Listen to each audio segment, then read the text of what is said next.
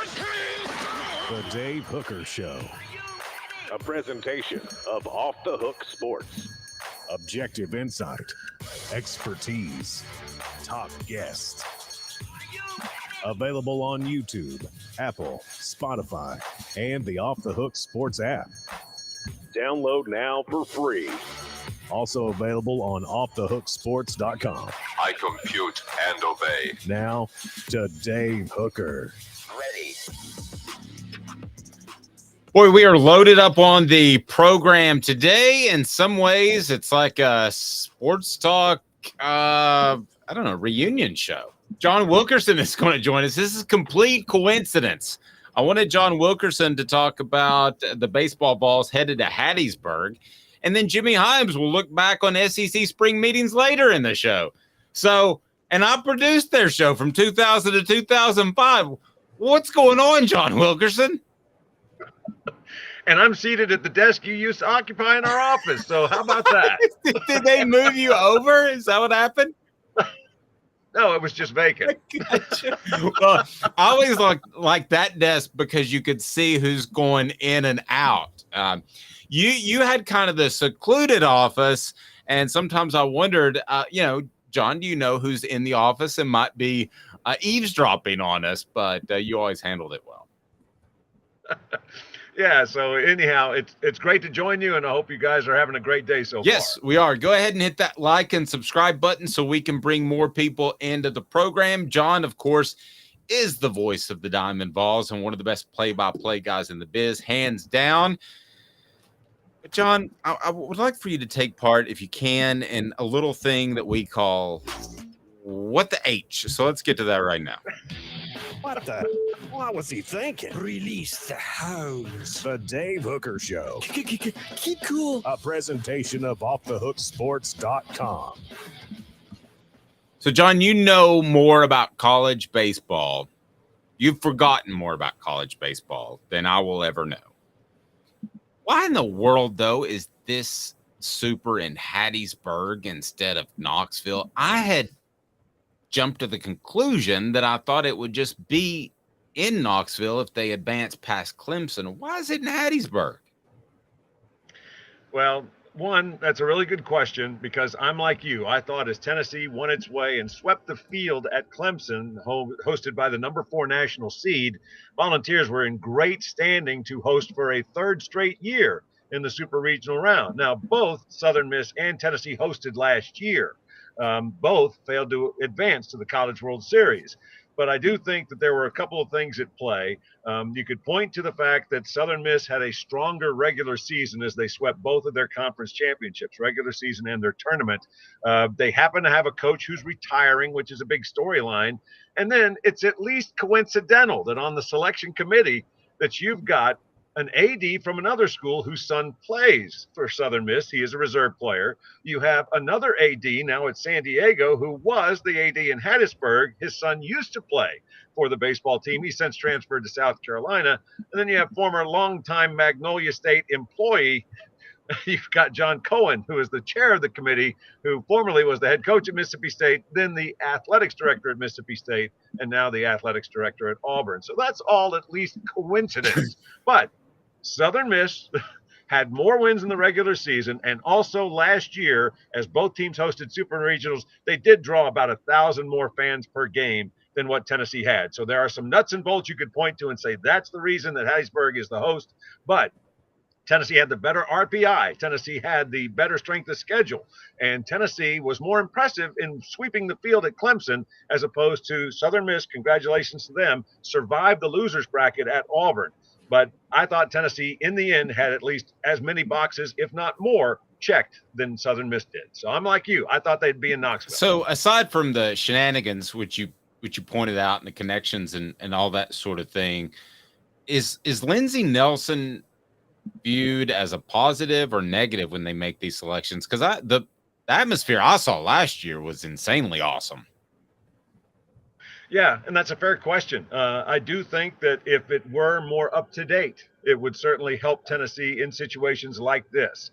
And I know that they're trying to be as rapid as possible when it comes to getting things updated. It's just that there's been the process of waiting for all the I's to get dotted and T's to get crossed when it comes to finally putting, as Danny White says, shovels into dirt. So it's going to be done in phases. It's not like you can just tear it down to its bones and then build it back out in one off season. But I do think that if it were more of an up-to-date facility, that it would fare better when it came down to a situation like this. That could have been a deciding factor. Already a compliment. Smoky Mountain Red says the best voice in Tennessee sports. So I'm going to go ahead and leave that up there. It makes John uncomfortable to get compliments, but it's true. Caleb Calhoun, good morning. I'm sorry we got off and rolling. I forgot to say hello. Do you have something for Mr. Wilkerson there? It's okay. I'm taking that very personal, Dave. As you should, Caleb. Thank you, John. Yeah, John, we were talking a little bit yesterday about the politicking of this because I'm weighing two things, and I want to know which one you would think would outweigh if there is any politicking to the committee from, I guess, a moral sense. Because on one hand, you have Tennessee that maybe rubbed a lot of baseball purists the wrong way with the way they carried themselves last year. I mean, there's no doubt about that. But on the other hand, you have Southern Miss, who's probably involved in the worst welfare fraud scandal in the history of America, where they were stealing from Mississippi welfare funds to pay for their own renovations. I mean, so to an NCAA, if there is politicking, to an NCAA official who might make this decision, which one outweighs what? Wow, that's a really interesting question. And I'll say this. For Tennessee, I think the Volunteers, this year's team, which is very different personality-wise from last year's group, they certainly have had to bear the brunt of everything that people still feel about this Tennessee baseball program. So I think that's at least a fair consideration. And it is also interesting to enter that part of have that enter the conversation in terms of what Brett Favre is alleged to have done in getting some funds that he had hoped to be earmarked for a volleyball facility, since that's where the sport his daughter was playing. So I do think that in terms of the one-to-one conversation, it's probably more of a check mark against Tennessee, since it is within the same realm of the sport that's being decided as to the host site, as opposed to the scandalous things that have taken part in the fact that they did indeed allocate welfare funds for things that were not even close to being going to the people that needed them most. John, I've been to Vanderbilt Stadium, so I'm well aware of the shortcomings that stadiums can have. I look at Vanderbilt, and I still remember getting in the elevator for the press conference. You had to duck down because there was a beam just randomly above your head. So it's not necessarily number of seats that Lindsey Nelson has, but the infrastructure as far as a broadcast entity wants to come in like you, but an ESPN or whoever, and wants to make these things happen. Are there things that I'm not aware of other than just number of seats that work against Lindsey Nelson that are being currently addressed? Well, I mean, and I do think that, one, Tennessee has shown and has handled hosting regionals the last 2 years very well, because they just let you know the lay of the land, that you've got two booths that you're going to alternate in terms of who's the home team, who's the road team. You try and get those paired up as best you can. And I think the staff has done a fantastic job. I don't think there was a single issue that Tennessee had that would be any kind of an embarrassment over the last 2 years when it hosted and advanced from its own regional to then hosting super regionals against LSU and Notre Dame. But I just think when it comes down to the total number of spots available, that's probably something that works against it. And the fact that there would be overflow media because the press box has not been really attended to since it opened back in 1993. They have done some slight reconfiguration in the press box to where you have a bigger area, but you also have a couple of spots that are indeed for overflow media that are right there on the concourse down inside the ballpark. So I just think that Tennessee right now could be well served by a severe update in terms of the number of media that could assemble in a press box, as well as those that you could have spots for. But still, again, I don't think Tennessee has to apologize for anything in how it's handled the last two regionals it hosted. But I also think in a situation like this, that you could look at a more up-to-date facility like the Golden Eagles play in, as to perhaps a pretty significant check in their favor. just getting ready for this weekend that Tennessee's about to experience. So those issues, real quick, Caleb, and sorry to jump in. How quickly will those be addressed? I mean, I know they're in the process of renovating. I mean, at what point do we say that infrastructure or the amount of space in the press box, none of that is an issue for Tennessee any longer? How close are we to that? Well, again, I don't think it is the biggest stumbling block. Again, it might just be part of the equation. But again, I just think that when it came down to 1-1, Tennessee and Southern Miss, Southern Miss, again, both hosted last year, and theirs is a larger facility. And there could also be, I think it would be probably much closer to SEC fatigue than it would be anything that Tennessee doesn't have at its disposal right now or hasn't updated. Because you had a record 8 schools host regionals from the Southeastern Conference. No conference had ever gotten that many host spots before. You had 10 teams which matched the record that made it. Tennessee and Texas A&M were the only teams that traveled. The other 8 were hosting. So I just think there might be more of an SEC fatigue as opposed to you look at Indiana State being able to host a regional as it did this opening weekend. They advanced to the super regional. They've got a huge event going on their campus. Otherwise, they'd be hosting the super regional. But unfortunately, they knew that their staff was already allocated to that, so they didn't even put in a bid. And so that's why they're playing at TCU as opposed to TCU coming to their place.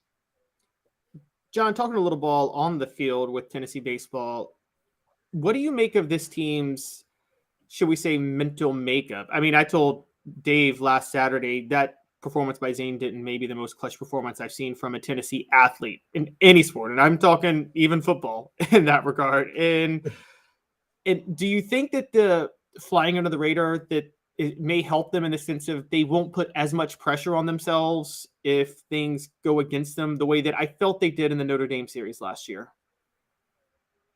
Well, I do think that it has been a work in progress because this team opened with the expectation that they would pick up where last year's team left off, and that was number 1 for the better part of the season, and then only lost 9 games. But this year's team was expected to be more of the same from last year because you return essentially your starting rotation on the weekends, and that was a great starting point. But you replaced every defensive starter.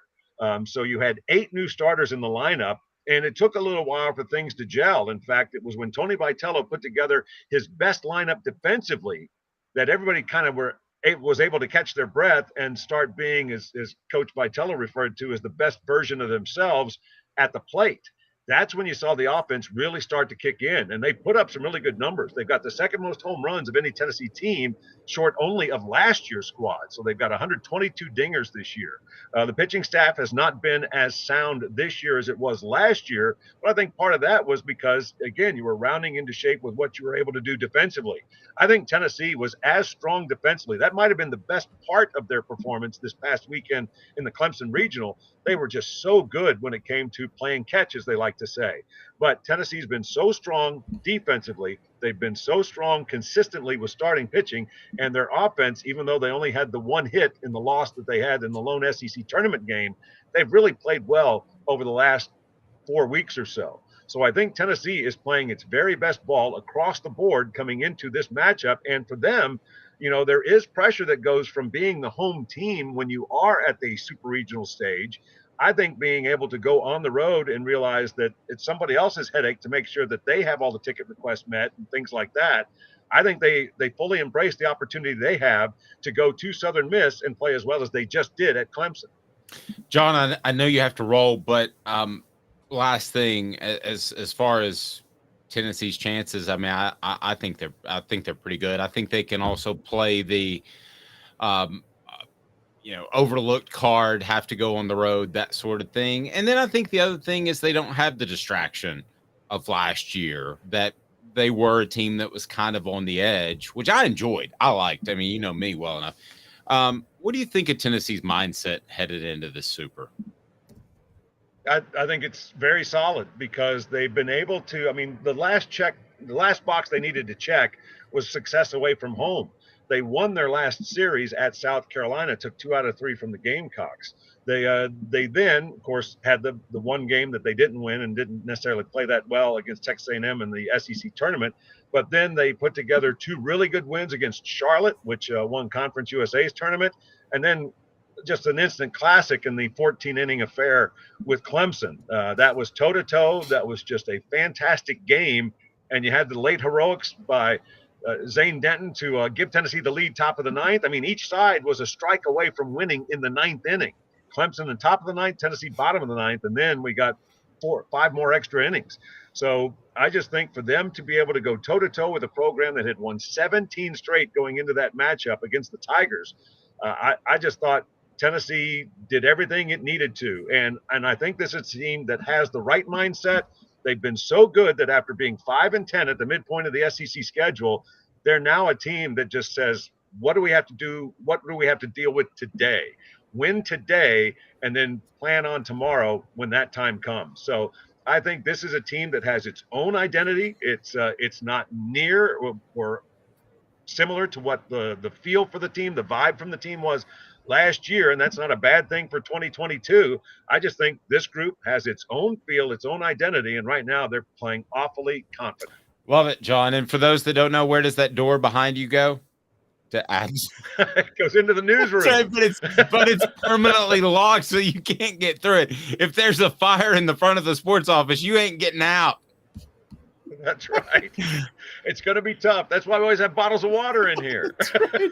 Just in case. John Wilkerson, voice of the Diamond Vols. Have a great call, and hopefully we can do this again when you're in Omaha. Yeah, Saturday, Sunday, and Monday if necessary. 3 o'clock Eastern time is the scheduled first pitch for the first game for Tennessee at Southern Miss. Vol Network coverage starts at 2:45. But Dave, Caleb, certainly appreciate it. Hope you guys have a great rest of the week. Thanks, buddy. You too. Have a great one, John. Thank you. John. I remember I tried to open that door one time to figure out where it went, and it's like perma-locked. You cannot open it. John's appearance brought to you in part by City Heating and Air Conditioning, cityheatandair.com. Integrity matters. Over 50 years in East Tennessee. That's City Heating and Air Conditioning, cityheatandair.com. Might not need a whole new unit, might just need a part, might need some coolant. That's City Heating and Air Conditioning, cityheatandair.com. Change gears a bit, talking football as we do that right now.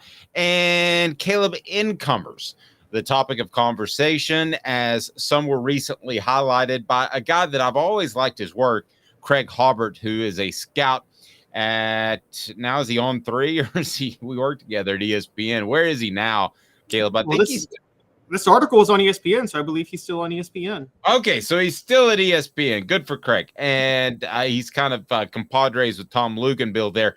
But he showcased several Tennessee incoming players that he thought would have a big impact for the Vols. Let's take a look at some of those. The tenor of Craig's column was, I thought, pretty heavy on the transfer side, and it should be. That's where we are in this day and age of college football, and that's also where Tennessee is taking advantage of the transfer portal, which they should continue to do. What was your takeaway before we get to 4 downs, just in general, of Tennessee's incoming players and what Craig Hobart had to say? I have one specifically I want to get to, but first, what was your takeaway from that call? Honestly, my biggest takeaway was a good sign for Tennessee, which is that, yes, they're number 16. And for those who don't know, this is ranking the combination of your recruiting class plus your transfer class and who's going to have the most impact. I think being number 16 is a very good sign for Tennessee, only because, yes, there were 4 SEC teams ahead of them, but those SEC teams were Arkansas, Ole Miss, Auburn. Actually, excuse me, I think just 3 SEC teams. But the reason I bring that up is most of the teams you'll see on here were teams that were mediocre to bad last year and are just desperately trying to revamp their program. You don't see a lot of top 10 teams in the top 20 on here from last year because this is about looking for instant impact players. So for Tennessee to be in the top 20, having been in the top 10 last year, is a good sign. Now, that number 1 is USC, and they were top 10 last year, but they're not in the SEC. It honestly... The more I think about it, USC maybe more dangerous than I thought. yet. With conference realignment, who knows? A couple of weeks, they may get announced from moving to the Big Ten to the SEC at SEC Media Day. No, I thought the very same thing. I mean, to be 16 and even be on this list, and you look at the number of returnees that Tennessee has defensively. I know the offensive line is in a slight rebuild with Darnell Wright, but you have a new quarterback, obviously, but I think Tennessee feels good about where they are there. I think to be at 16, and if you can, give me the other SEC schools that are ahead of Tennessee, but I want to break down some of these impact newcomers. As to be at 16 is a very positive sign because there aren't a lot of places for guys to come in and play. You would say linebacker, offensive line, there's always room for a defensive lineman or two, such as defensive tackle Omar Norman Lott. I mean, there's always going to be room for guys like that. Receiver they could use. I think their receivers were fine without Dante Thornton, but he comes in. So the fact that you have some availability and you fill it, I think is a very positive sign. So say 16th best in the nation or not, which would be, I guess, 4th in the SEC. I still think that's pretty good. Sorry. Yeah. They're what? I think they're 5th. I think I got it wrong. But I'll say, okay, so going through them. So the one that's ahead of Tennessee that they should be concerned about, and it's the highest ranked in the SEC, and for this is for all of you who say I'm a homer for LSU. I'm not. They're ranked highest of all SEC teams, and they won the West last year. So before you call me a homer, they're ranked number 4 on this list. 4 is impressive, but not surprising. You would think there are a lot of guys that perhaps went to another school that are from the state of Louisiana. So I would think that would be a natural transfer portal type of move to get guys to come back to the state of Louisiana. So I'm not surprised. I don't think that Brian Kelly will build his program on transfers at all, but I think he's going to have the ability to go out and cherry pick some guys, kind of like how Alabama did with Jahmyr Gibbs. So I'm still not 100% sure the evolution of college football, if this is going to turn into 60% transfer guys, 70% transfer guys, or 20% transfer guys. I don't think you and I know right now, Caleb. But right now, I like the approach that Alabama has, and that is build strong from the high school ranks and be strong within and add a couple of really good pickups like they did with Jahmyr Gibbs last year. So that's kind of where I see it going, but I'm still not 100% sure. So who else in the SEC is ahead of Tennessee? And then we're going to break down their newcomers as 4 downs. Okay, and now we get to the people they shouldn't worry about, because number 8 on this list is Auburn. I think you and I both agree that's a desperation because they needed the transfer portal because they just totally rerouted. Yep. New coach, a lot like Josh Heupel when NIL came about, when you had the new coach, which in some ways I think is a benefit to getting NIL funds put together. You have a new coach at Auburn and Hugh Freeze, and the boosters there are going to spend money. So not surprised to see them at all, and they need help. Desperation might be a little strong, Caleb, but they do need help. All right, who else? Another one. Now, this isn't new coach or rebuilding, but this is a guy that, as we've talked about, is doing the opposite of what you say should be done, which is building his program solely on the transfer portal. So Lane Kiffin at Ole Miss at number 11. This is the way Lane's going to roll. I mean, I'm just sorry. It's set in stone. He doesn't feel like that he can pay players on a 2-3 year basis with NIL money. He doesn't think that money's there. And he's going to live and die by the transfer portal in 2023 and in 2028 if he's still at Ole Miss. That's the way he's going to roll. He's made up his mind. There's no changing. He will be up towards the top of this list each and every year. Who's next? Next on the list is Arkansas at number 13. That's another desperation one. They were very disappointing last year, and they need to revive their program quickly under Sam Pittman. And so, again, I don't think Tennessee should worry about Arkansas being ahead of them.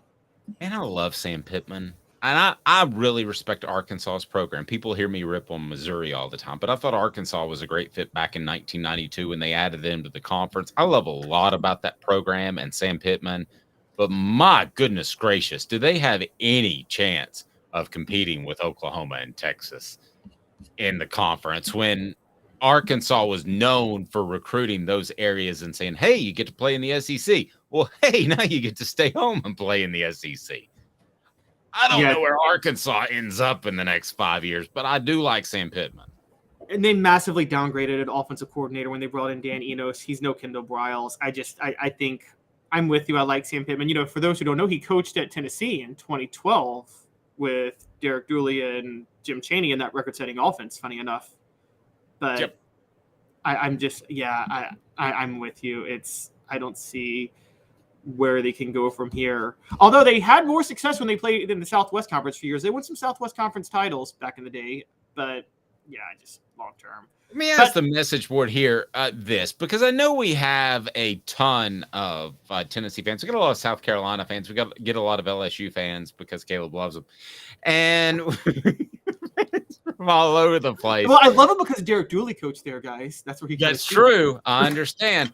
But do you have a secondary team that you root for? So if you're primarily Tennessee, South Carolina, or whoever, I'm curious on the message board because I root for Arkansas a little bit because of Pittman and because of I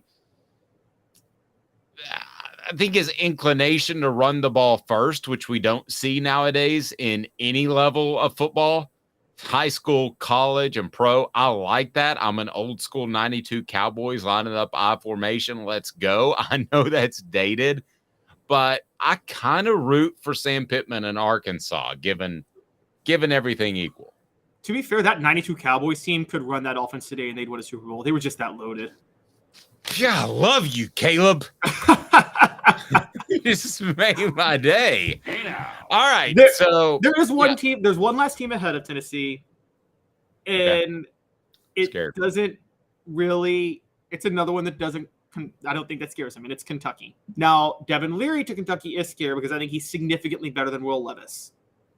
And I wonder too, when you make these lists, you're not supposed to theoretically weigh a quarterback more than other positions, but what do?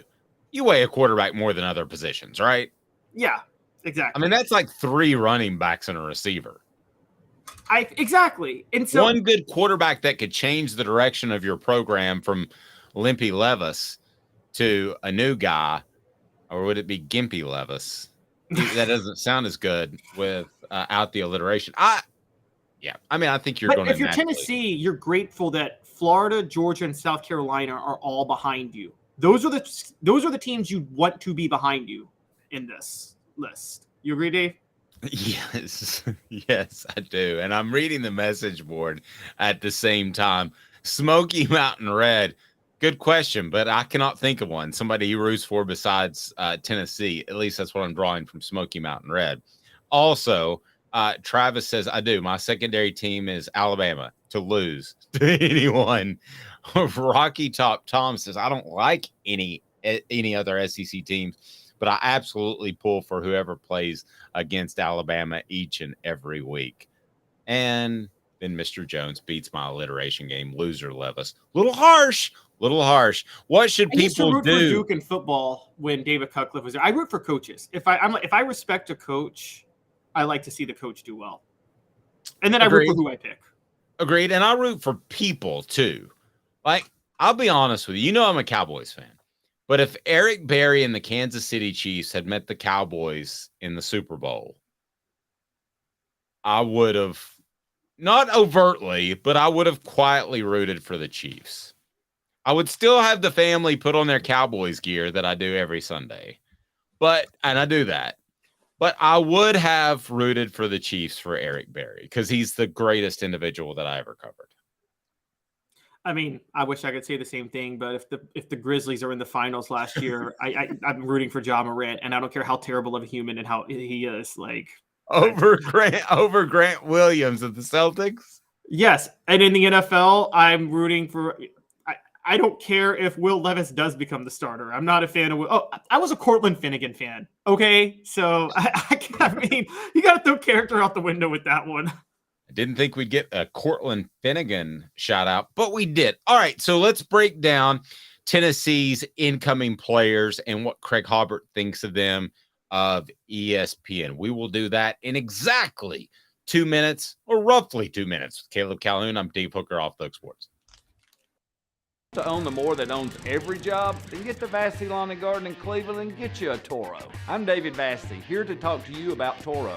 With a Toro Zero Turn, you'll get more out of every minute and you'll reach the finish line faster. At Vassy's, we like to say, no matter if you're mowing 3 acres a week or 11 lawns a day, homeowners and business owners alike find confidence in equipment they can trust from top to bottom. Vassy Lawn and Garden, Highway 60 North in Cleveland. Man alive, it's worth the drive. Hi, Mike Davis here with City Heating and Air, reminding you to always dare to compare. Our team provides quality local heating and air service, installation, and maintenance across East Tennessee. We use only the best equipment like American Standard heating and air conditioning for your residential, new construction, or commercial needs.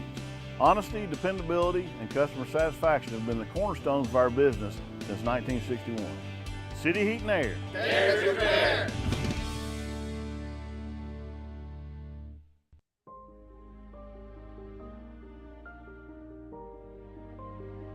Our family has been creating one-of-a-kind pieces of jewelry in West Knoxville since 1986.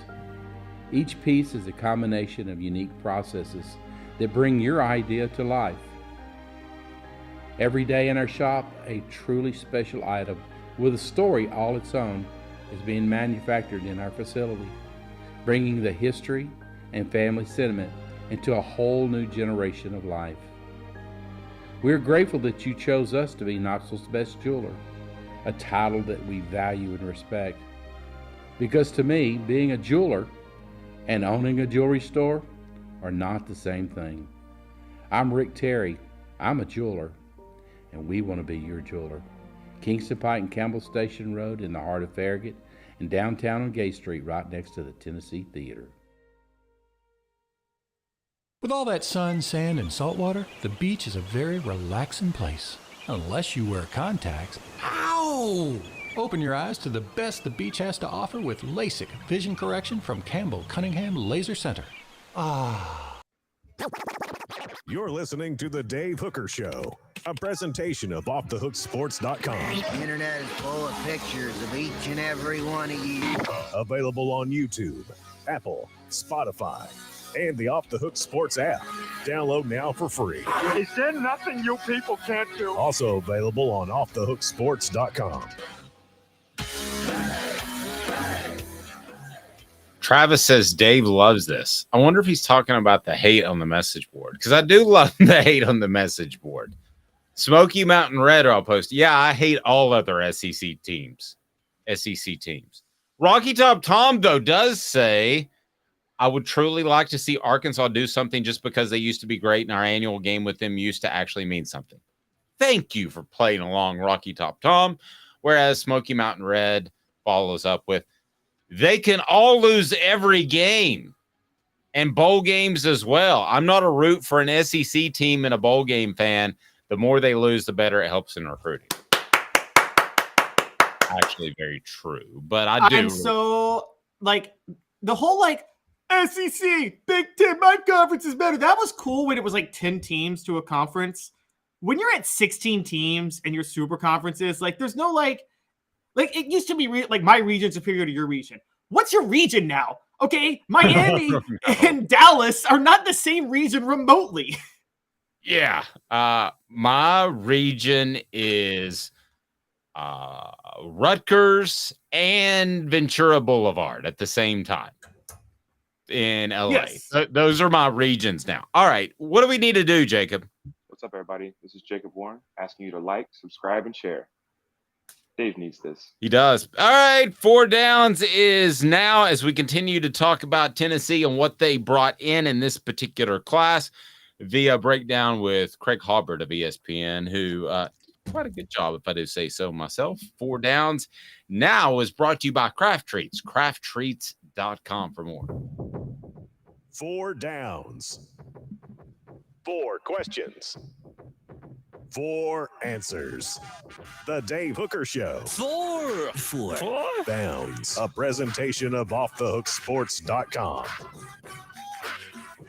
All right, the first question, first down, what transfer will have the biggest impact. 4 Downs brought to you by Craft Treats. Go to crafttreats.com. Use the promo code Off the Hook. The promo code Off the Hook, and you will get 20% off of your purchase. They have the chill pills with the CBD derivatives that will help with your pet's anxiety, that will help with your pet's arthritis or digestive issues.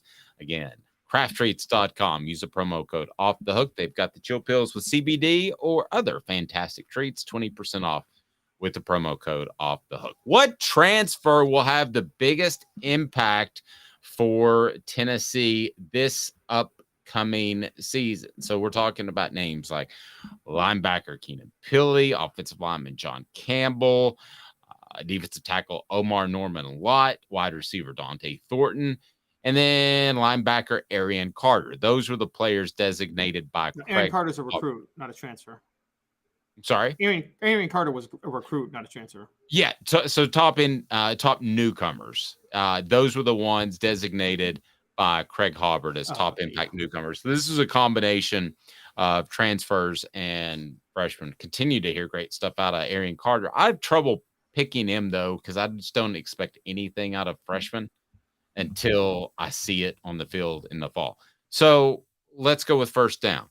Who will have the biggest impact this fall? You can pick out of this list, which I think is pretty all-encompassing, or you can go a completely different direction. I don't know where. Okay, so are we asking? I know it combines transfers and recruits, but is first down is what transfer will have the biggest impact, or what newcomer period will have the biggest impact? Let me say newcomer. Okay, newcomer. Okay, so I don't think I guess the slip of the tongue is because it really doesn't change anything in my mind. I'm going to pick a transfer each and every year before I'll pick an incoming high school player. Now, they may prove me wrong one day, but that's kind of where I am. All right, so what incomer will have the biggest impact? I think that's pretty obvious. I think it's Keenan Pili. Tennessee needs a Jeremy Banks replacement, and I'm pretty sure Keenan Pili is pretty obvious as the newcomer. That's going to have the biggest impact for them. Okay, I'm going to play devil's advocate, but I agree with you. Okay, so I think that when you look at Keenan Pili, I don't know that he's a playmaker impact player. So does that mean other people could step in and play that position possibly? And that being the case, if John Campbell starts every game this season, he's not going to have stats because offensive linemen don't get stats. So I'll agree with you with Pili, but I'll say a close second would be John Campbell because I think he ends up starting every game at left tackle as long as he's healthy. So what incoming player does Tennessee need to have the biggest impact? I'm going freshman here. They're not named, but they need Jordan Matthews or Ricky Gibson to have the biggest impact. They need a cornerback to step up yesterday. And given how horrible the play was there last year, they need one badly. That's really good. I can't argue with that one.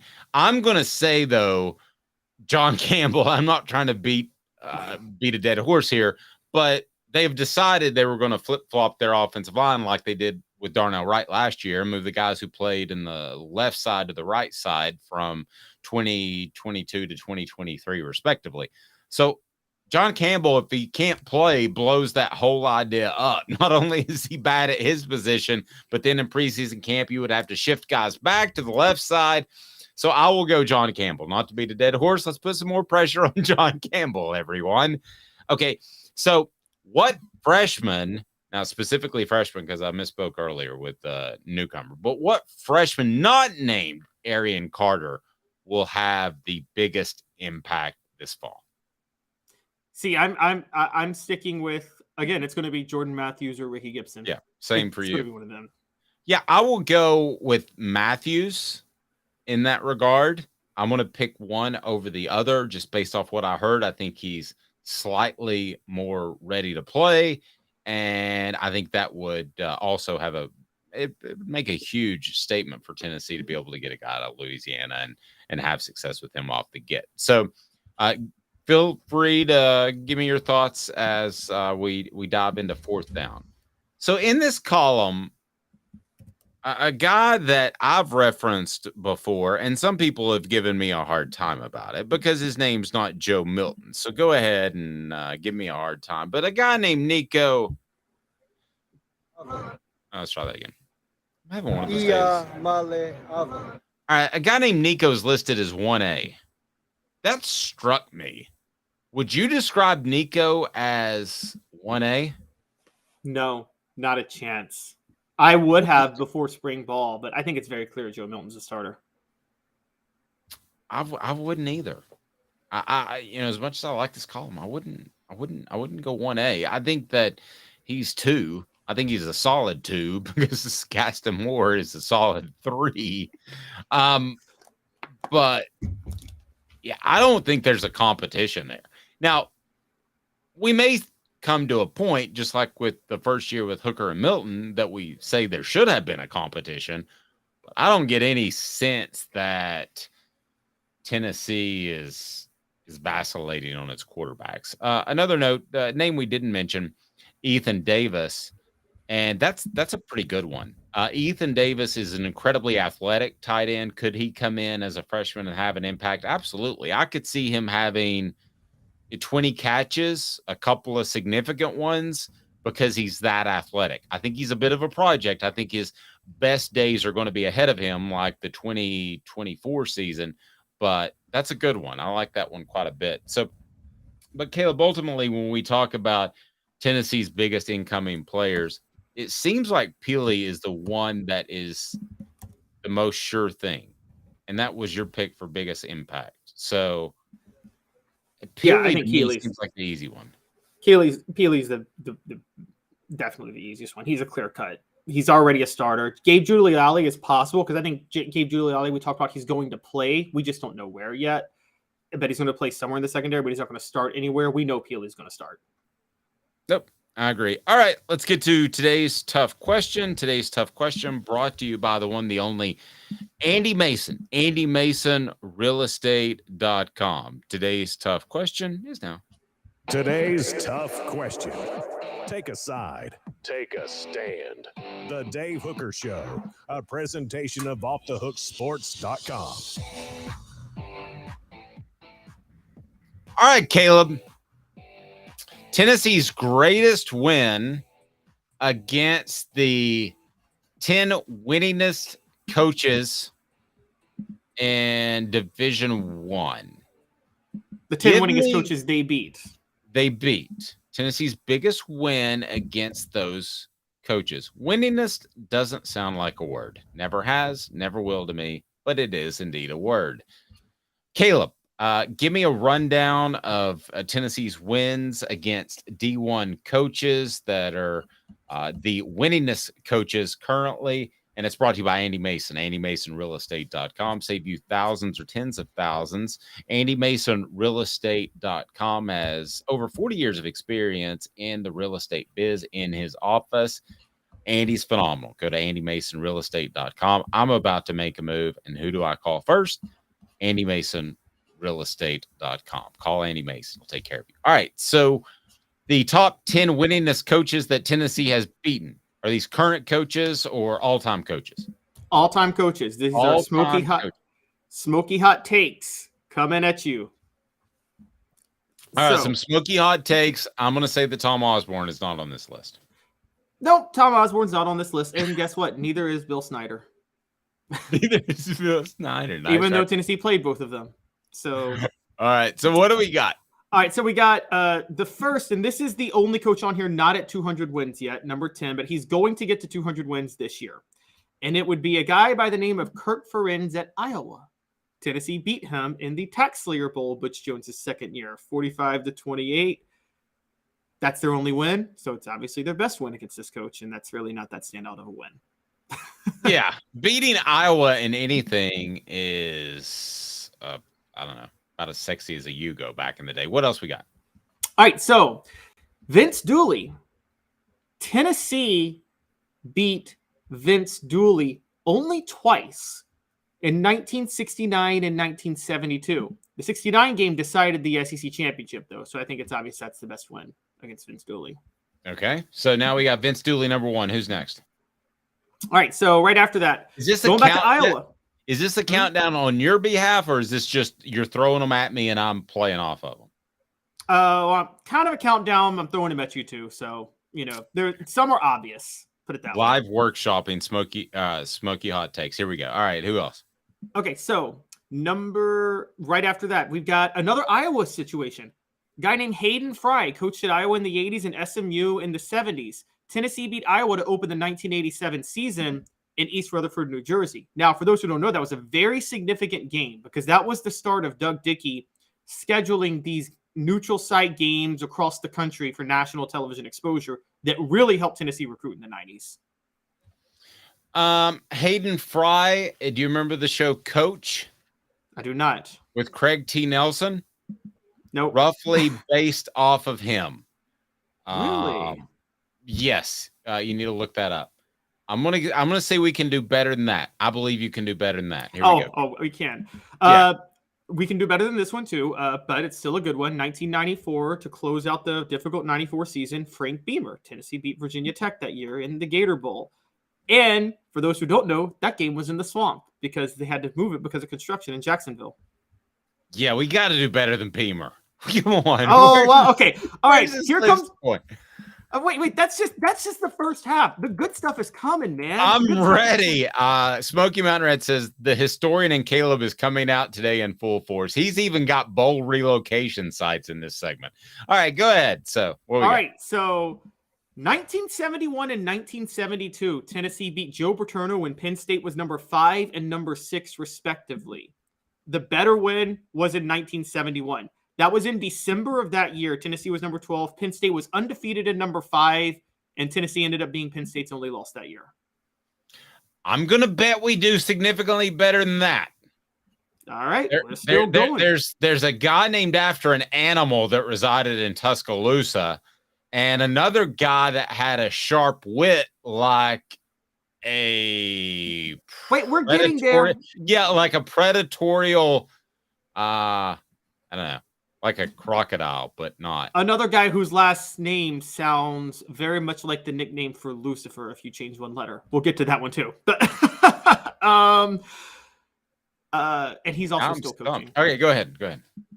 Okay, so another legendary coach, man by the name of Lou Holtz. Now, Tennessee won 6 straight against Lou Holtz in 99 to 2004, but as I'm sure Dave knows, that's not Tennessee's most legendary win over Lou Holtz. Not Lou Holtz because he berated me after an interview one time. So they beat Lou Holtz. Yeah. But it was the 1991 Miracle at South Bend. Come on, I'm not there. Okay, well, that's the one. Yeah, that's the one. No, forget 99 to 2004. None of those matter. No. Well, forget the rest of your list. I mean, that's the one. If it's Lou Holtz and it's the Miracle at South Bend, how are you going to top that, Caleb? So wait, you're saying we can do better, we can do better, we can do better. Now you're like, how are you going to top that? Yeah, I'm digging my heels in. Okay, wait. Some of those guys on those teams are watching and I don't dig my heels in, then I'm going to be in trouble with the Mike Stoles of the world. All right, I'll top this. You know, there's this guy by the name of Steve Spurrier. Yes. That Tennessee beat in 1989, 1990, 1992, 1988, 2006, 2007, 2009, 2013, 2014. But I'm going not 1998, but 2001. I would go 2001 too because he hung it up after that. Yes, Tennessee forced him to resign from Florida. And that is a close second to the Holtz Miracle at South Bend. Okay. Okay. Well, I still think I'm about to top the Holtz Miracle, but all right. There's one is not. Oh wait, you got Bobby Bowden. Yeah, I've got Bobby Bowden. 99 Florida State. Well, that's a national championship. That's going to be tough to top. All right. Finish your list. There's 2 more, and these are the 2 debatable ones. Okay. Actually, no, one's not debatable. One's not debatable at all. Spurrier was more debatable. Tennessee's beaten Nick Saban twice. Geez, I wonder which one was the most memorable win. I think it's very recent. I think it'd be last year, yeah, for sure. All right, yeah. So we got a Saban one in there. What else we got? Okay, now here's where the debate comes. Tennessee beat Bear Bryant quite a few times. Yes. Now Dave, who is biased to his era, and when he watched, might say, you probably remember 82 Alabama, right? Or were you a little too young? No, I was 8. Okay, I remember some things at 8. I was 8 when Memphis beat Tennessee. I remember it. No, I don't remember. I remember the catch by Dwight Clark, but I don't remember. That was in 80. but I don't remember 82, the Tennessee-Alabama. Okay. Well, that's what everybody would say for Tennessee beating Alabama, for Tennessee's best win versus Bear Bryant. Well, last year's win was bigger.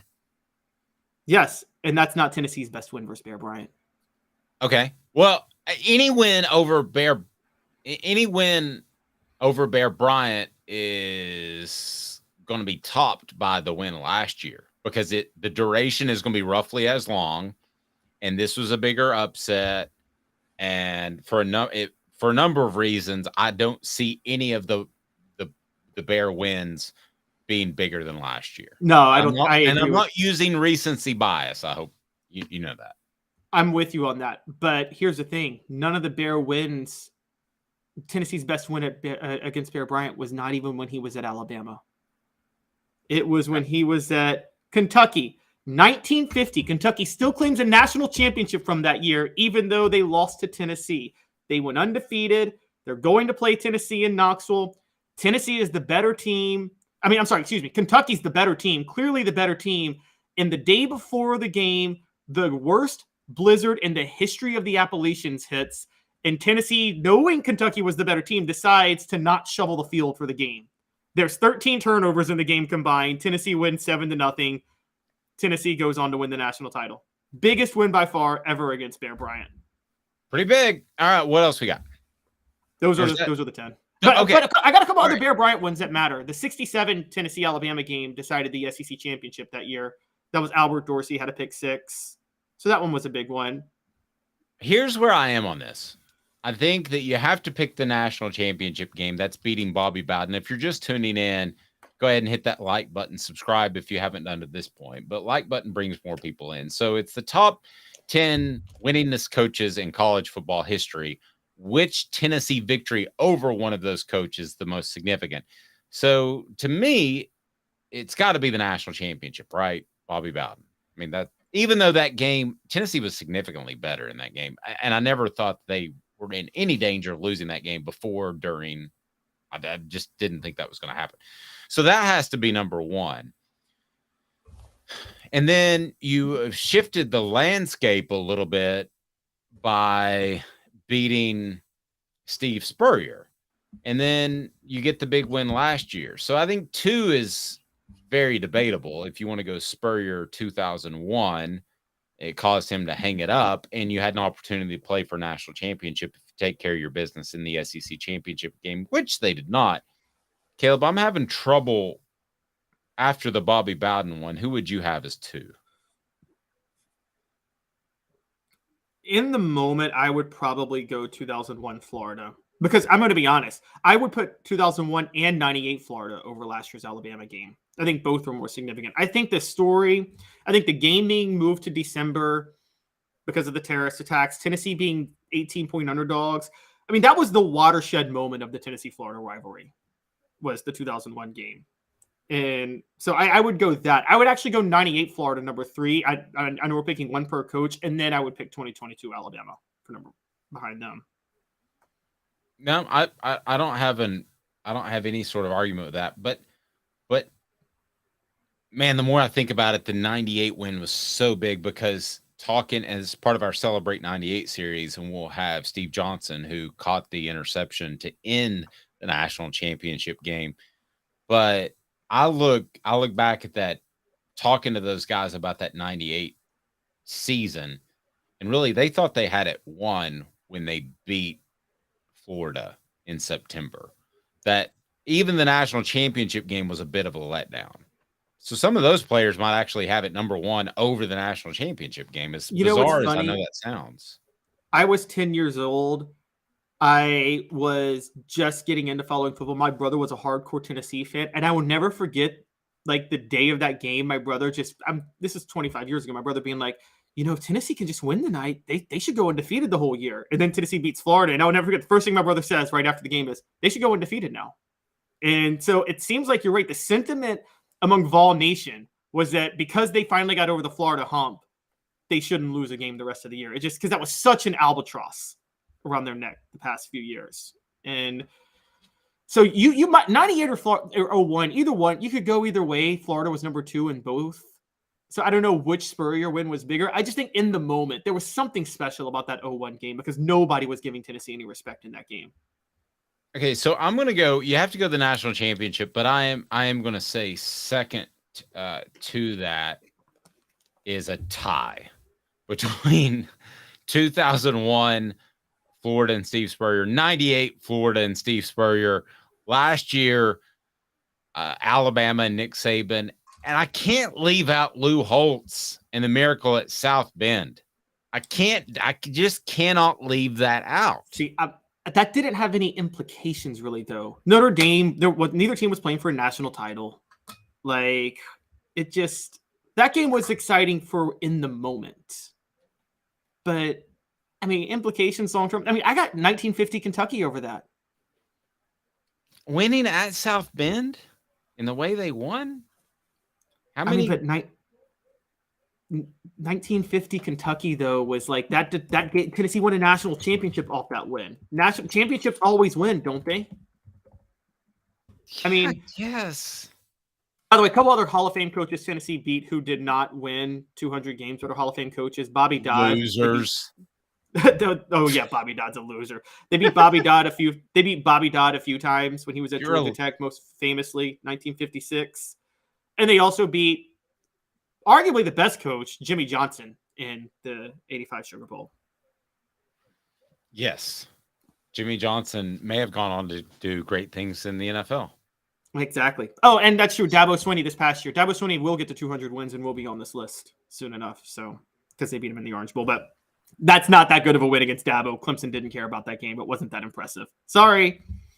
Travis says Miracle at South Bend was a much better game than 98 Florida. That is absolutely true. That 98 Florida game, if you actually go back and watch it, and I have, it's not the prettiest played game. Florida did as much to lose it as Tennessee did to win it. Please don't tell Fred White I said that.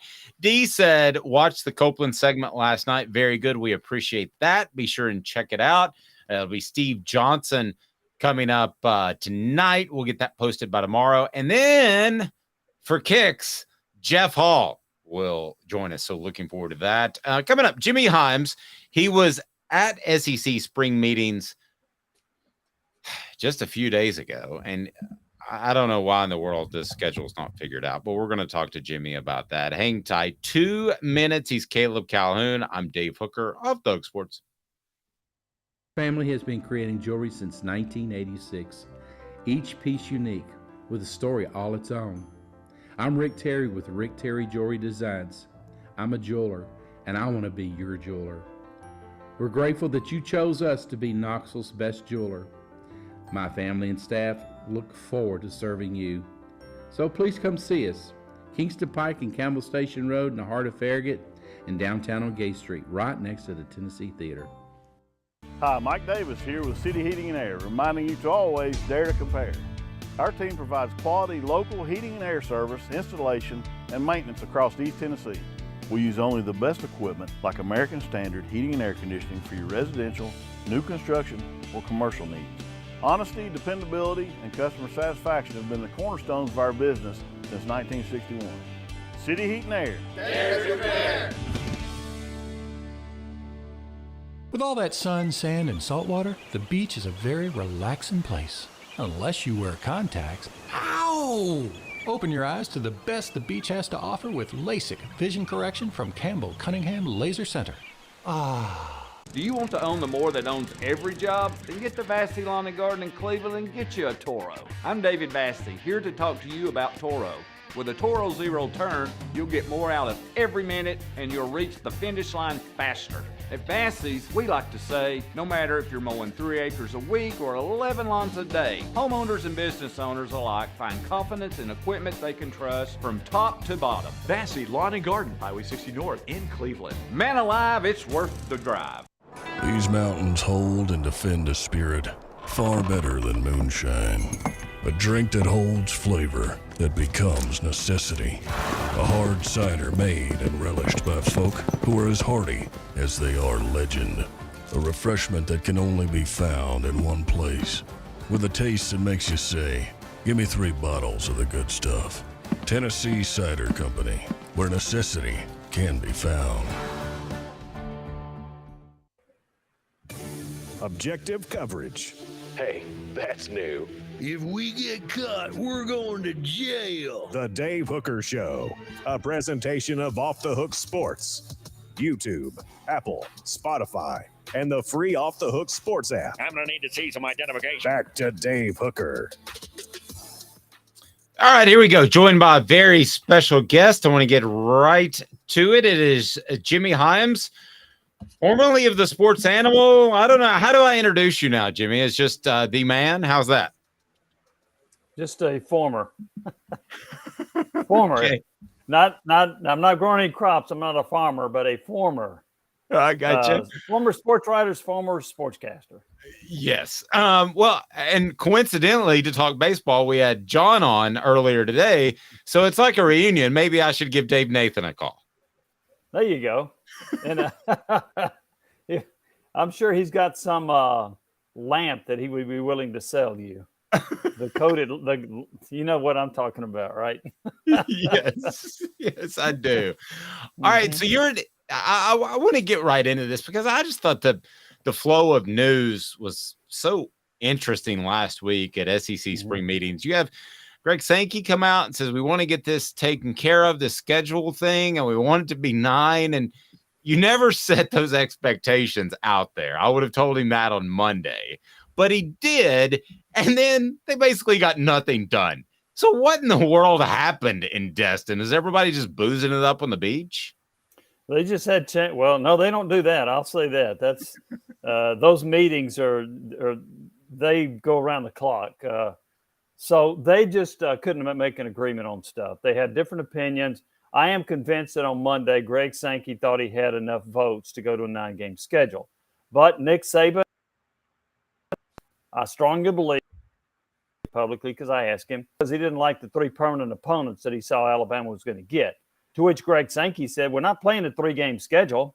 There's 6 other games you can play. So also you had some folks that wanted more money. If they're going to go to 9 games, they wanted ESPN to pony up and pay a little bit more money. ESPN was not willing to do that yet. Also, there were the playoff implications. If you're a 2-loss SEC team, you're probably going to get into a 12-team playoff, right? But what if you got 3 losses? What happens then? So that was a concern about the SEC beating up on each other. So those are some of the factors. Another factor is there's some schools that want to get to 6 wins. They want to get to a bowl game. And so that was another issue with why they had a split. I think Sankey went in thinking he had the votes. The last vote I heard was 9-5 against going to the 9-game schedule against the 6-3 model. Now they're going to revisit it, and I've heard people say they're going to revisit it next year. No, they're going to revisit it soon. They will have this hammered out, I believe, before the end of this year about what they're going to do. Dave, I think they're going to go to 9, but the thing that really, I'll say that ticked off Sankey was when he heard responses from coaches and athletic directors saying, we don't have enough information to form a decision. And he said, one more piece of paper is going to make a difference. So I think he felt like plenty of information was out there. Plenty of things were told about what was on the table, but he just couldn't get the votes at this point. Portions of the program brought to you by Vassy Lawn and Garden. Man alive, it's worth the drive with their buying power in Cleveland, Tennessee. Come from Nashville, Knoxville, or Chattanooga for your industrial and commercial mower needs. Toro, count on it. So, Jimmy, when it's all said and done, was Saban the ultimate deciding factor on the things that you mentioned with those 3 factors? I think we might be breaking up a little bit with Jimmy. I think we've lost him. Yeah. Let's see if we can we'll try to get Jimmy back here. So that is interesting to me that there's a potential. Okay. So I think we got Jimmy back. All right. Jimmy's back and he looks clear. So we're good. Of those 3 issues that you gave me of why they didn't get the schedule done, where would you rank Saban? It sounds like maybe he was ultimately the fly in the ointment.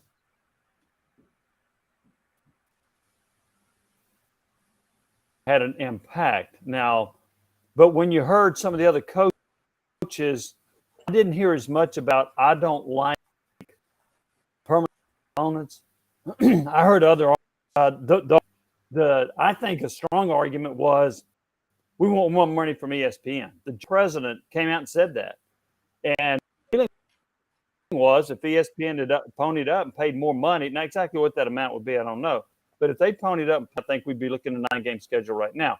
The other question mark about what's the college football playoff going to do if you play versus losses versus 2, the answer. Those two played the Saban night. Yes, Saban backed off, and we did hear the Athletic talk about how he felt like, what's going to happen if you have 3 losses scheduling. And he mentioned for Alabama, he said, we got 2 Power 5 teams scheduled for the next 10 years. What are we supposed to do? Are we going to play a 9-game conference schedule and then 2 Power 5? Are we going to have to buy out of these contracts that we have? So some of that came up in the discussion with Greg Byrne. Jimmy, it's funny you brought up the ESPN thing. Dave's probably going to kill me because I'm probably going to accidentally get like our SEC Media Days credentials like revoked in a couple of years. But awesome. I have been very critical of Greg Sankey, and I think there's been a little bit of Emperor has no clothes where we just because SEC leadership's been so good for so long, we just trust everything going on. But isn't it a bad look for Greg Sankey that, one, he did negotiate an ESPN deal that he was very clearly underpaid for? You look at the Big Ten now, they get more than twice as much money than the SEC, even though the SEC has a way better brand for their 16 teams, given the revenue they generate. And then he can't keep his troops together for this 9-game SEC schedule that he thought he had. Mm-hmm. I mean, how bad of a look is this for Greg Sankey? Oh, we lost. Did we lose him again? I think let's work on Jimmy. That up because that was there you go, Jimmy. We got you now. The other day, the feeling was, well, if Mike's way, Remember, had been the commissioner, he'd have gotten his way. Slive had a way of convincing you to come on his side of the argument. Idea. He was really good at that. But Sankey was unable to get this done. The other thing about the contract up, not only is the Big Ten getting more money, they've got a 7-year deal, so they can renegotiate in series. The SEC deal, and then increase it when I do. It's not.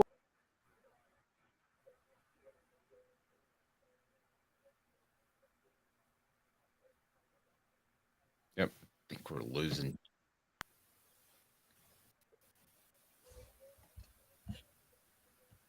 Jimmy, I think we're having some connection issues for some reason, but great job as always. I find it very interesting that Nick Saban at least pushed maybe the movement towards not having a permanent schedule. He still has an awful lot of power. There's no question about that. Oh, we lost Jimmy. All right. So Nick Saban comes in and he's the fly in the ointment that blows things up. Does that surprise you, Caleb, that he still has this much power? No, but I heard some of the words Jimmy Hyams was bringing in there, and he brought a great point. I think he has that power because Greg Sankey doesn't have doesn't lead with an iron fist the way Mike Slive and Roy Kramer did. I didn't even think about what Jimmy said, but yeah, a 10-year deal for $3 billion, and the Big Ten can renegotiate from their 7-year deal. Their deal, which is worth way more in 7 years. I didn't even think about that. The SEC could be locked in this bad deal when the Big Ten doubles on their $7 billion deal. I'm sorry. Like, Kevin Warren and the new Big Ten commissioner and Jim Delaney, they've just been much more competent, and they've just been smarter than the SEC. They are. They've just been smarter. Agreed. Let's see if we can get Jimmy back. Jimmy, I think we got you back. I do find it interesting that Saban still has that much power, even though you could argue he's not the ahead of the preeminent program in the SEC right now that Kirby Smart is. So I'm sorry, I didn't hear it. When still having a lot of power. Was that your comment? Yes. Yes. Yes. I don't know I'm not sure if I feel like he had as much influence on this scheduling situation as you do. Because I think the other factors, again, I didn't hear any other coach talk about what Saban did, and that was, I don't like permanent opponents. I'm talking about from the SEC meetings. Now, maybe they got fine with when he do this behind closed doors, but he was the one that was the most vocal that I heard about the permanent opponents. Why?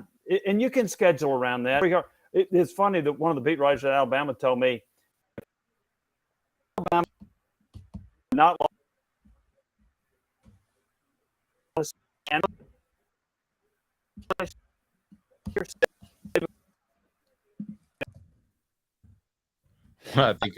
I think we're losing Jimmy again. So, but nevertheless, Nick Saban has that type of power to at least get the ball rolling. I agree with Jimmy, though. There are a lot of other factors in there. And I'm just a little surprised, Jimmy. I guess I'm a little surprised. We'll bring Jimmy back in here. I'm a little surprised that ultimately it didn't get done. I think we lost Jimmy again. Jimmy, we'll reconnect at another time. My apologies. I'm not sure what's going on there. Kirby Smart, though, by the way, saying that finishing second in the SEC is a trap game. Caleb, your thoughts on Kirby Smart saying that and why? So this is talking going down the road in 2024 when the SEC gets rid of the divisions and the college football playoff expands to 12 teams. Kirby Smart brings up a great point. He was thinking, oh, if you finish second in the SEC and you lose the SEC title game, then you got to go right back to a first-round playoff game. Well, then you were better off being the third team in the SEC and having had the rest and played in the first-round playoff game. Well, I mean, I think so.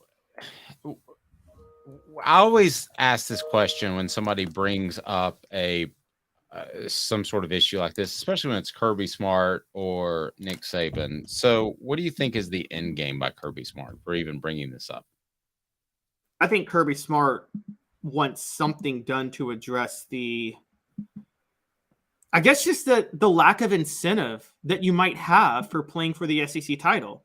I mean, I actually think that I think there's some legitimate truth to that. Now, I think where he's trying to get to, and this is where I would get, he wants to make sure that I think Nick Saban's more ridiculous. I think Kirby Smart's shooting from the hip. I think what Kirby Smart's trying to get is he needs the committee to understand that a team that finishes second in the SEC should at least host the first week of playoff games.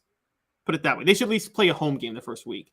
And there's going to be a lot of preferential treatment to conference champions getting to host. Well, because, okay, what advantage is there to finishing second versus finishing third if the top three teams are probably going to be in the 12-team playoff every year? Well, it's finishing second as opposed to finishing third. I mean, yeah. I think you would help your seeding. You would be more likely to host a game. Would be more likely. He was getting at, though. I think he wants to make sure the second place team is guaranteed to host a game over some no-name conference champion. Okay, well, I understand, but that's no argument to me. Just this comes down to where are they in the ratings, and we have to trust the College Football Playoff Committee to not, and I don't trust them to do this, but we have to trust them to seed them accurately, Caleb, to not put the SEC, for instance, at 1 and 3 as they've done in the college football playoffs before, because they don't want them to play each other in the first weekend, right? So we have to trust that they're going to truly seed those without any sort of agenda, be it television or otherwise. I don't trust them to do that, but I'm willing to give them the benefit of the doubt in the first 12 run. So the bottom line is LSU was they finished the season 9-3 or 9-4? 9-4. I don't think they would have been in the playoff last year. It would have been okay, but let's just say, for instance, for funsies, they're 10-3 and they lose the SEC championship game. No, just taking a quick look, I don't think that that's necessarily a team that should be hosting, nor is that a team that should necessarily get a bye. It depends what every other team did. Yeah, but okay, take the agenda part out of it for a minute. And what they've done is they've actually eliminated to where they could the potential for agendas, because I mean, they're still going to have one, but let's not forget this. You have to be a conference champion to get a first round bye. I mean, what if there's two 12-0 SEC teams playing for the SEC title? You're telling me the loser of that game shouldn't get a first round bye, but a 9-3 Pac-12 champion should? I mean, that comes down to your thoughts on winning the conference. Does it matter? And this is going to be readdressed really quickly when Texas and Oklahoma are in the league and the Big Ten is done doing their expanding. And if we find out that it's an AL-NL type of thing, like in Major League Baseball, that you need to adjust this. But to me, right now, and it's very tenuous, okay? The Pac-12, Pac-10, Pac-14, whatever it ends up being, the Big 12, Big 14, whatever it ends up being, is still relevant. Slightly. Same thing for the ACC. Slightly. So I feel like when we have this conversation in 2 or 3 years, that Kirby's got a great point. To me, winning those conferences is still significant. And I think it deserves something. Again, maybe a moot issue in about 2 years. But I guess where Kirby's at, and by the way, how do you do this? Conference championship week. Do you punish a team for playing for their conference championship so you knock them below the 3rd or 4th place team in the SEC because they lost that last week? Well, at the end of the day, I would have true seeding. So in your situation, if you've got two 12-0 teams, let's include the Big Ten so we don't look like we're showing favoritism to the SEC. Which could happen if they eliminate divisions, by the way. Sure. Let's say you have two 12-0 Big Ten teams or two 12-0 SEC teams. To me, they should be in the top 4. All things considered, unless you've got 14 other 12-0 teams, which you're not going to have, that they should be in the top 4. They certainly should be in the top 6. But they should certainly host. I don't have any problem with that. If you actually do want to arrange in that order, Caleb, I think they're hoping to keep these conferences alive. So I feel like we're almost having a conversation with somebody that's about to pass away and what to do with their will. Yeah, you want to pay them proper respect, but I feel like this is going to take care of itself in a matter of time. It's the worst analogy I've ever made. Caleb. Okay, but when that happens, when it becomes AL-NL, just add a game to the schedule and get rid of conference championship games. I guess that's what I meant. Just look, it's good for money and it's fun, but it's imagine if this was the NFL, okay, and you had like the top 2 teams play for the division championship, like before the wild card round of the playoffs. That would be horrible. Like it would. So I don't think this is. Rocky Top Tom says that's a great analogy. My death analogy. Very Kevorkian of me. I mean, yeah. Okay. So let's argue this for a second. Okay. You've got two loss teams going into championship weekend in the Big Ten and in the SEC. Okay. So you're going to have a 2-loss champion either way. And then you're going to have a 3-loss team that you can decide upon. So let's say the ACC, you go undefeated there. The Pac-12, 10, 14, 18, 28, 780, whatever it ends up being, you're undefeated there. You're undefeated in this Big 12 thingy they got going on. I mean, if you're truly seeding them as they should be seeded, in my opinion, then you could have the SEC locked out theoretically, right? Because then a Big 10 could pick up the 4th spot. If you said the ACC, Big 12, 14, 18, Pac-12, 14, 18, that's 3. And then you have so the Big 10 or SEC could be locked out of it if you truly stagger them. So beware of what you ask for is what I would offer up. Well, there is you're right. But I think this more goes with the 2 versus 3 situation, which is, again, is there a curse to play for the conference championship game as the second best team? Because you have to play, you're not going to get, is it better to finish 3rd or finish 2nd and lose the SEC title? I think it's better to finish 3rd. And not even play in the game. and not even playing the game. Then you effectively get a first round bye. And that's the flaw in this situation. It's incentivizing you to lose and finish third. If it's a year where you know Alabama is the best team in the league and you'll get to the playoff as a second or third team, but you know you'll lose to Alabama in the SEC title, you might see those teams jockeying to say, hey, I want to lose and not have to play for the SEC title this week.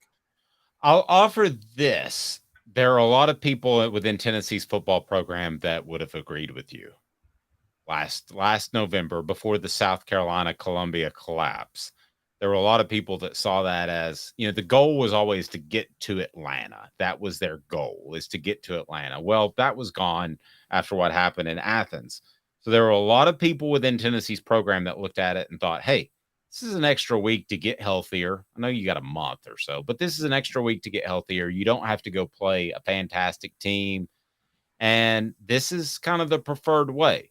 So in that particular case, again, LSU's losses, let's just manage them to make for funsies.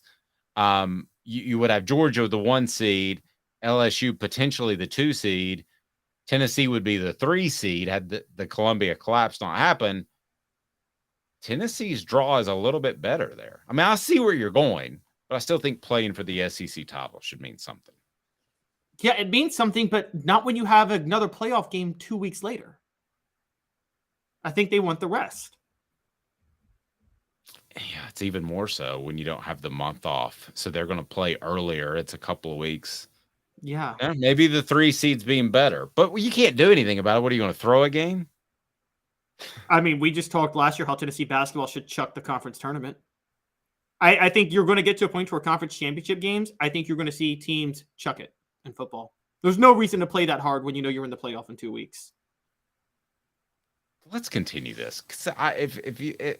That to me is the threshold that if you cross, I've got problems with everything that's happened in college football lately. NIL, transfer portal, all of it. If you get to the point where you just play your starters for the first drive like they do at the end of the NFL season, I got a problem. We'll discuss that live each and every weekday at 10 a.m. He's Caleb Calhoun. I'm Dave Hooker. This has been a presentation of Off the Hooks.